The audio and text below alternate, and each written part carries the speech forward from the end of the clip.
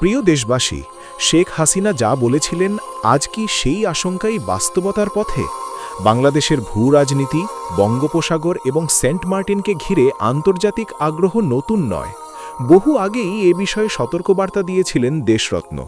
তখন অনেকেই বিষয়টিকে রাজনৈতিক বক্তব্য হিসেবে দেখলেও বর্তমান আঞ্চলিক বাস্তবতায় নানা আলোচনা আবারও সামনে চলে আসছে।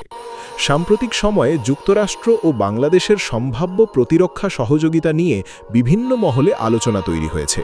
কৌশলগতভাবে চট্টগ্রাম ও মাতারবাড়ি অঞ্চল আন্তর্জাতিক আগ্রহের কেন্দ্রে রয়েছে বলেও বিশ্লেষকরা মনে করছেন।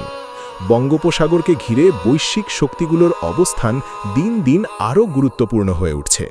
দক্ষিণ এশিয়া ও ইন্দো প্যাসিফিক অঞ্চলে নতুন সমীকরণ তৈরি হওয়ায় বাংলাদেশও এখন আন্তর্জাতিক কূটনৈতিক আলোচনার কেন্দ্রবিন্দুতে।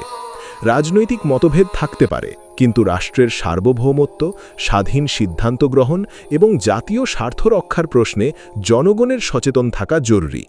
একটি দেশের ভবিষ্যৎ নির্ভর করে দূরদর্শী নেতৃত্ব, কৌশলগত ভারসাম্য এবং জাতীয় ঐক্যের ওপর। সময়ের সাথে সাথে অনেক সতর্কবার্তার গুরুত্ব নতুনভাবে উপলব্ধি করা যায়। তবে আন্তর্জাতিক সম্পর্ক ও প্রতিরক্ষা সহযোগিতা নিয়ে সামাজিক মাধ্যমে প্রচারিত সব তথ্যই যে আনুষ্ঠানিকভাবে নিশ্চিত এমনটি নয়, তাই যে কোনো তথ্য যাচাই করে দেখাই দায়িত্বশীল নাগরিকের পরিচয়। শেখ হাসিনা একজন সত্যবাদী লোক, প্রতিটা কথা সত্য কথা ছাড়া বলে না। তারা এক কথা হয় 100 কথার সমান। তিনি অতীতে যা বলে আইছে সেগুলো বাস্তবায়ন হচ্ছে আমাদের চোখের সামনে। আমরা বাঙালি জাতি চুপ করে করে সেটাগুলো দেখছি।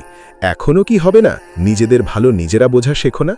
আমি তো জানি আমরা সেই জাতি, আমরা এই দেশটা আমাদের বাপদাদারা স্বাধীন করে দিয়ে গেছে। ভিডিওটা শেয়ার করে সবার মাঝে ছড়িয়ে দিন। পেজটাকে ফলো দিয়ে রাখুন। নতুন নতুন আপডেট পেতে সাথেই থাকুন। সত্যের জয় হবেই ইনশাআল্লাহ।